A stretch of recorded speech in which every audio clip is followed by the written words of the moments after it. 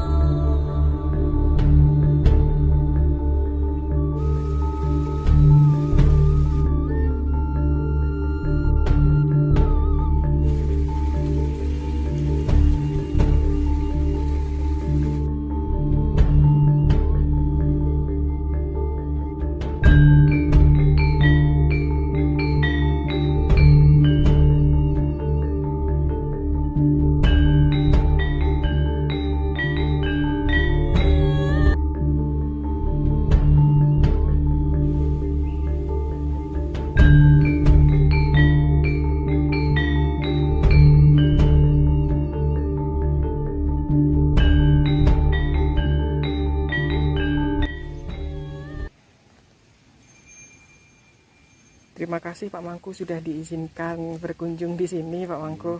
Saya Vian dari channel Kunjung-Kunjungan Pak Mangku. Pengen nguri-nguri sejarah leluhur di sini Pak Mangku. Pak Mangku tentang tempat ini Pak Mangku, monggo silakan. Terima kasih.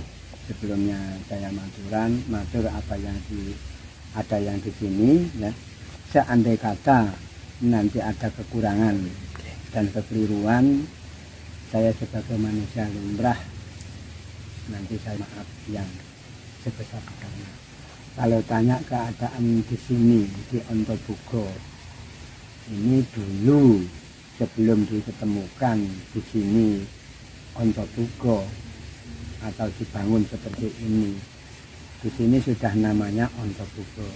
Jawanya Antabuga karena di sini ada yang bilang Antabuga, Anantabuga sebetulnya sama.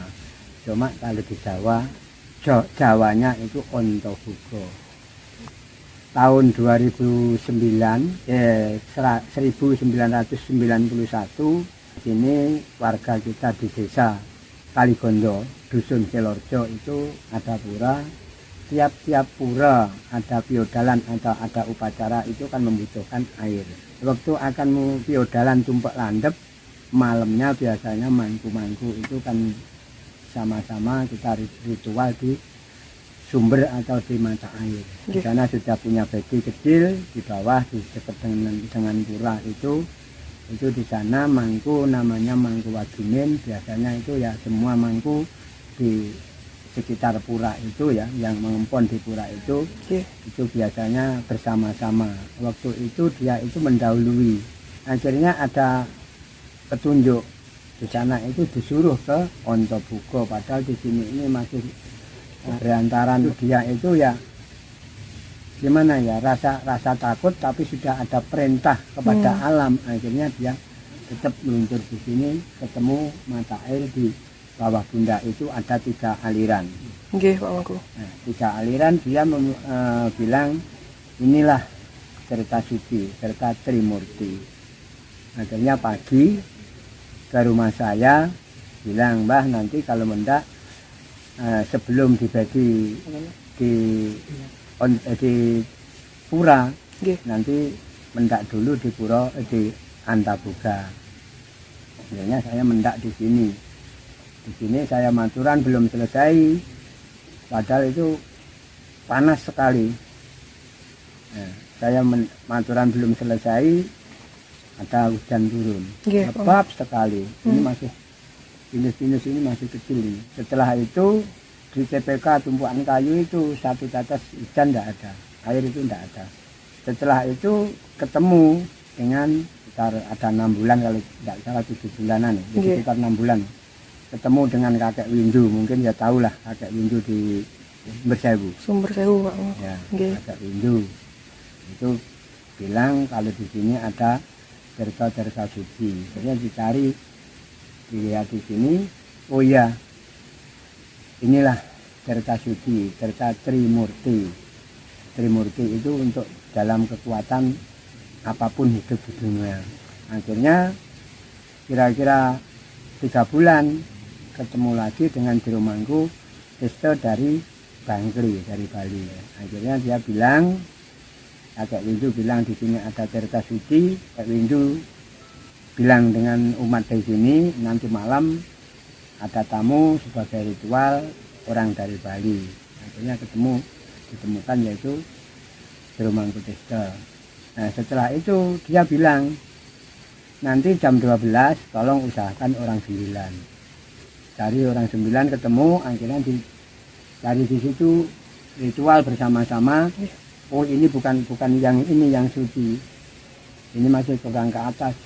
Dari ke atas itu di Dewi Gangga. Di situ setelah itu kira-kira hampir 1 tahun lah, itu Jero Mangku Testo membawa anak buah sekitar kurang lebih ada 30-an lah di sini. Ada yang naik ke sana, ada yang sehari-hari. Oh kalau seperti ini harus dikasih pelinggih lah di sini. Tapi nanti di perhutani gimana? Ya minta izin dulu lah perhutani. Akhirnya dia langsung ke LMDH. LMDH di situ LMDH mengizinin kira-kira 1 minggu pelinggih ini datang. Tapi kecil yang dulu, sama dengan Campuan, dengan di Dewi Gangga itu sama kecil-kecil itu. Setelah itu banyak yang datang ke sini, lama-lama ya ini sudah ada perkembangan seperti ini. Ada yang di Ampur Pertiwi, ada Bunda Maria, semua inilah lama-lama akhirnya kita tata. Setelah itu kita amati dan kita renungi, buka itu apa? Kebanyakan itu simbol, itu naga. Ya benar, naga simbol.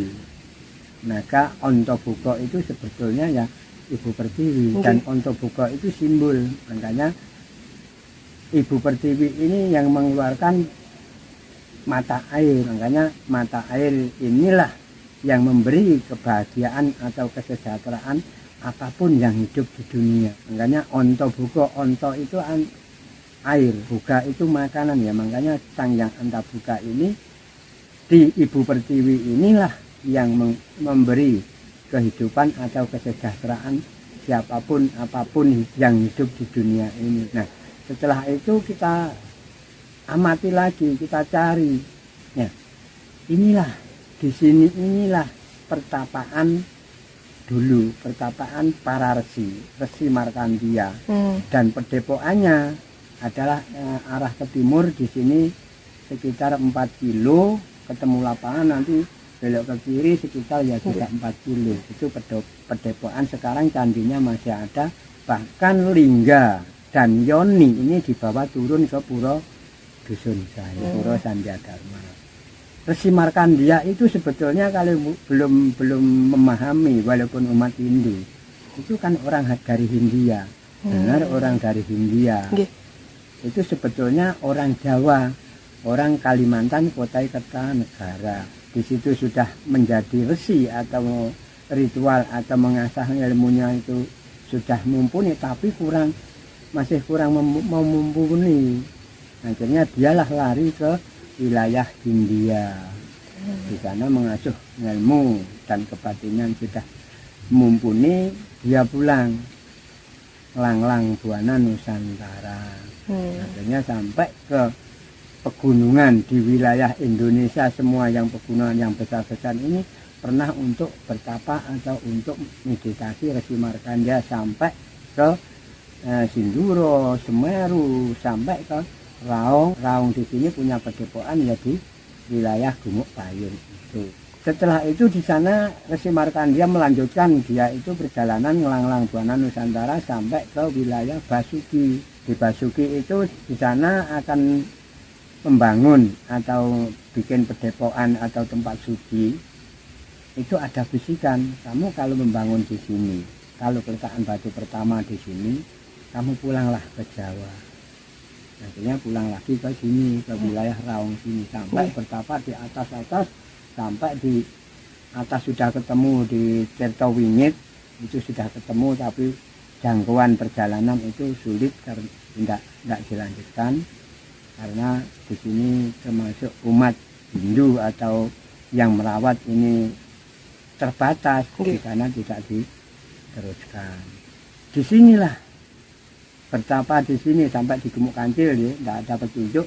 Di Antabuka di sinilah dapat petunjuk. Baik, kamu kalau meneruskan bangunan di wilayah Basuki, carilah Pancadatu. Nah, di sini Pancadatu itu kalau belum memahami, ya Pancadatu ini 5 warna, ada emas, perak, tembaga, kuningan, dan besi.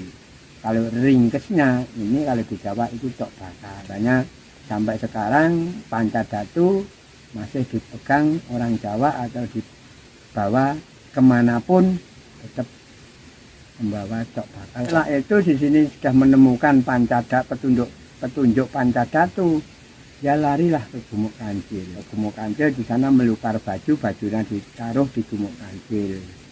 Nah setelah itu di sana sudah ditaruh bajunya, dia langsung melanjutkan ke Ngelanglang Buana Nusantara ke Basuki. Di sana melanjutkan membangun sampai sekarang di sanalah Besakih.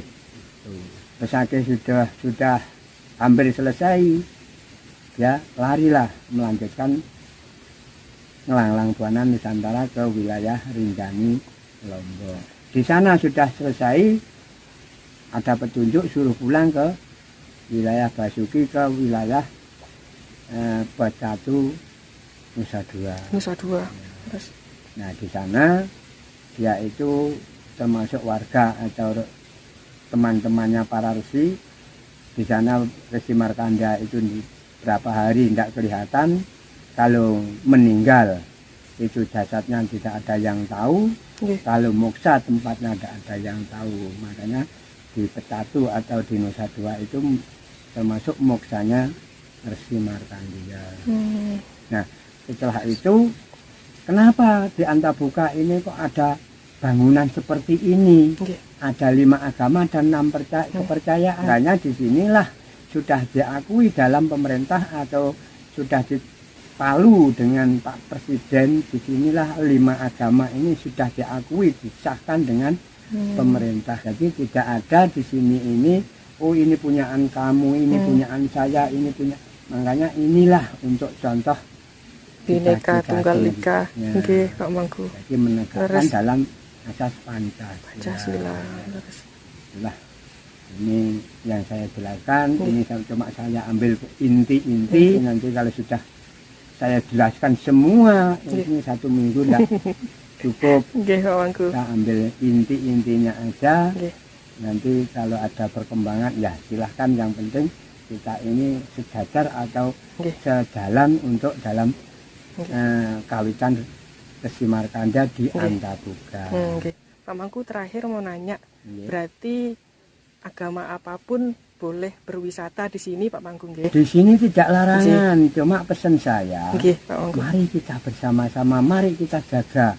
Inilah pusat-pusat leluhur kita semua. Ini bukan leluhur Muslim, bukan leluhur Hindu, bukan leluhur kita bersama. Mari kita jaga, ya walaupun siapapun yang tidak bekerja di sini atau membangun di sini atau meneteskan keringat atau apapun di sini, yang penting mari kita bersama-sama kita jaga, kita ulili leluhur kita. Kita tanpa alam tidak hidup. Tanpa untuk buku saya tidak bisa bicara dan tidak bisa bekerja. Terima kasih Pak Mangku.